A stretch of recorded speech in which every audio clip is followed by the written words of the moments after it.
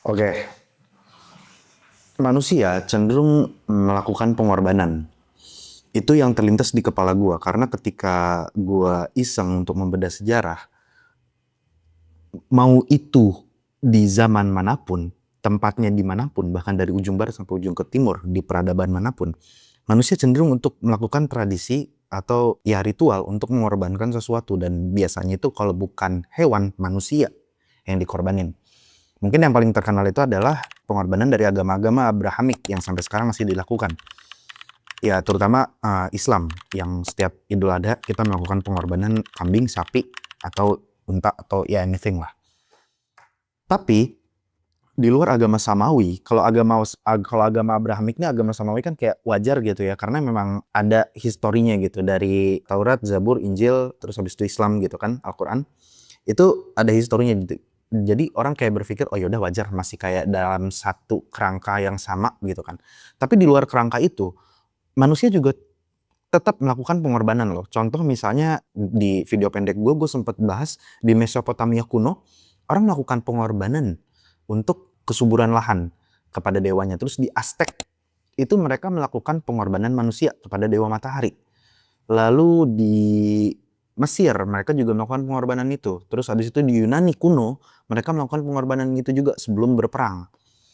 Lalu di mana lagi ya? Kalau seandainya di Asia, contohnya misalnya di Nusantara, mau itu agama yang udah tercampur dengan Hindu Buddha ataupun memang agama lokal pada saat itu, mereka juga melakukan berbagai jenis pengorbanan. Yang salah satunya yang paling terkenal karena sering dijadiin meme adalah tumbal bangunan, tumbal proyek. Itu juga dilakukan juga di Cina. Bahkan di Jepang juga ada yang namanya Hitobashira, tiang manusia. Banyak banget jenis pengorbanan, dan kenapa manusia ini cenderung selalu melakukan pengorbanan itu gitu. Baik itu manusia ataupun hewan. Apakah ada yang nyuruh atau itu adalah ada alasan psikologisnya atau emang ada alasan lain di balik itu? Ya, kita bedah bareng-bareng di video panjang ini. Gue nggak bakalan ngasih jawaban pasti sebenarnya, tapi gue di sini ngumpulin beberapa jawaban, beberapa teori yang bisa jadi jawaban kenapa manusia cenderung untuk melakukan pengorbanan itu. Tapi gue pengen ini diskusi sih, gue pengen lu untuk bantu gue untuk merangkum. Kayaknya ini alasan yang lebih aktual, yang lebih masuk akal dan sebagainya. Kita beda bareng-bareng.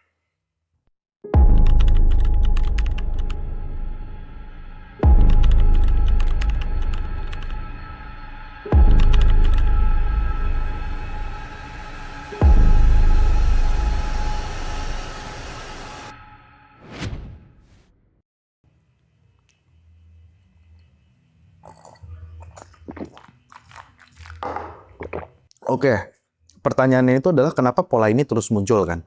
Kenapa pola pengorbanan ini tuh terus muncul gitu? Bahkan terpaut benua, terpaut era, zaman, dan kerajaan. Tapi budaya ini tuh terus ada gitu. Itu dari mana gitu kan? Banyak orang, ini salah satu teorinya sebenarnya, ya ini salah satu teorinya lah ya, yang mungkin bisa jadi struktur dalam jawaban kita gitu ya. Salah satunya itu adalah pertukaran dengan kekuatan tak terlihat gitu. Ini kita masuk ke aspek teologi lah ya, kita masuk ke aspek ketuhanan.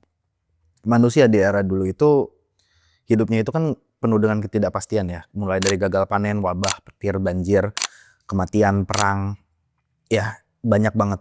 Dan mereka berpikir bahwa pada dasarnya tuh alam juga sama kayak mereka, punya kehendak. Makanya kita sering melihat bahwa perwujudan alam ini akhirnya menjadi dewa gitu kan. Dewa petir lah, dewa api lah, dewa laut lah. Karena mereka berpikir bahwa sama halnya kayak manusia yang punya kehendak sendiri, alam yang entitasnya lebih kuat dari mereka juga punya kehendak itu juga gitu.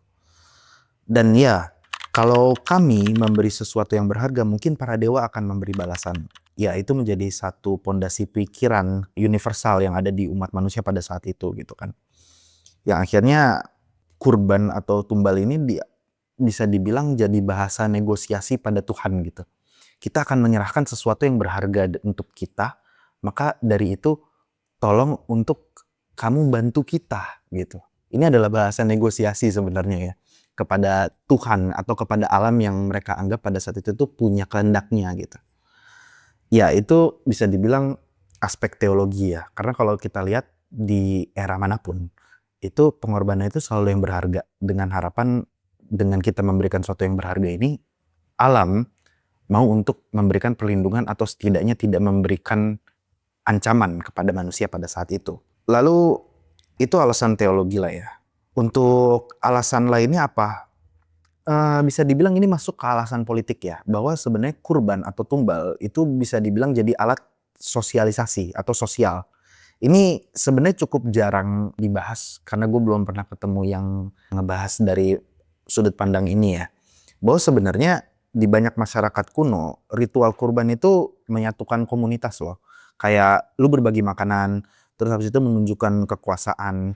Ya kayak kalau lu berhasil untuk, ya siapa sih? Contohnya kayak sekarang deh, Haji A korbannya sapi limusin gitu kan. Siapa sih yang kagak bakalan kagum gitu kan sama si Haji A gitu kan.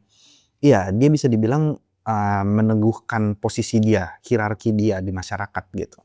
Dia jadi terkenal dermawan, terkenal punya banyak harta, dan ya ini jadi salah satu alat negosiasi yang bagus gitu kan. Lalu iya bisa dibilang ini menciptakan identitas bersama. Contoh misalnya nih, seekor sapi besar dikorbankan lalu dagingnya dibagikan ke masyarakat secara sosial. Ya itu bisa memperkuat loyalitas kan. Lalu juga menunjukkan kemakmuran dan membuat masyarakat merasa dilindungi oleh para dewa. Jadi ya kurban ini bisa dibilang menurut teori kedua ini bukan cuma sekedar spiritual atau teologis, tapi juga bisa dibilang urusannya sama politik dan sosial. Cuman ini kalau seandainya mau posisinya ini, itu kurang untuk ngejawab kurbannya kalau kurbannya manusia. Itu oke kalau seandainya kurbannya hewan kan. Tapi kalau kurbannya manusia, ya kali untuk bisa, atau jangan-jangan iya. Karena sebenarnya ada juga beberapa catatan yang contohnya di bangsa Aztec ada beberapa catatan yang menunjukkan bahwasanya sebenarnya orang-orang yang dikorbankan atau manusia-manusia yang dikorbankan itu tuh bisa dibilang jadi lawan politik dari rezim saat itu, atau juga punya masalah dengan penguasa saat itu dan sebagainya. Ini juga nggak cuman sekedar pengorbanan tapi juga jadi sebuah hukuman dan hierarki sosial. Ya, ini juga bisa dibilang alasan sosial dan politik ini juga cukup kuat kalau untuk mendukung kenapa mereka juga sampai melakukan pengorbanan manusia. Tapi oke, kita next ke alasan selanjutnya. Evolusi moral manusia. Ini cukup menarik karena seiring waktu kan banyak agama bergerak dari pengorbanan literal ke simbolis misalnya. Ini yang masih kuat itu kan dari mulai Kristen dan Islam ya, karena gue taunya ini dua ini. Kalau seandainya lu tahu juga, kalau seandainya ada teman-teman yang agamanya Hindu atau Buddha gitu kan, bisa dibilang kan kita kan juga mengorbankan sesuatu pada diri kita gitu kan. Contohnya kita berpuasa, kita mengorbankan diri kita. Atau seandainya kita bersedekah atau berderma, kita mengorbankan harta kita gitu kan. Ya ini salah satu pergeseran sosial sih.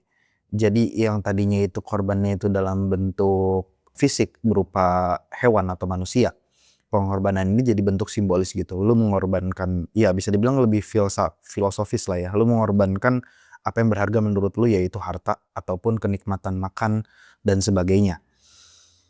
Iya, jadi pada dasarnya sebenarnya kita masih melakukan pengorbanan itu sampai sekarang. Cuman bentuknya berbeda. Tapi gimana menurut lu dari teori kurban ini gitu? Apakah lu punya teori lain kenapa sih umat manusia di berbagai zaman, di berbagai bangsa itu cenderung untuk melakukan pengorbanan? Ya kalau gue sih lebih ke arah faktor teologi ya. Karena walaupun agamanya itu nggak harus agama Abrahamik, tapi manusia itu cenderung untuk selalu melihat ke atas gitu. Mereka selalu melihat bahwa ada entitas yang lebih tinggi dari mereka gitu. Dan pada era saat itu alam untuk mereka itu punya kehendak sendiri, sehingga mereka harus mengorbankan sesuatu untuk agar alam tidak menyiksa mereka, atau bahkan alam mau untuk memberikan berkahnya kepada mereka. Tapi kalau buat lu ada alasan lain nggak? Kita diskusi bareng-bareng di kolom komentar. Sampai ketemu di bedah sejarah selanjutnya. Dukung kita terus, dan gue thank you banget. Channel ini masih baru beberapa video doang, tapi udah ada teman-teman yang mau untuk like dan subscribe. Yeah, thank you very much. See you in the next video.